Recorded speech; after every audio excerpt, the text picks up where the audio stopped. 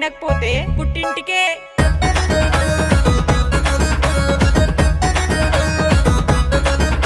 నీ ముక్కులోన పుడక, నీ చెవులకేమో కమ్మల్, నీ కాళ్ళకేసుకో పట్టిల్, నీ చేతులకేసుకో గాజు.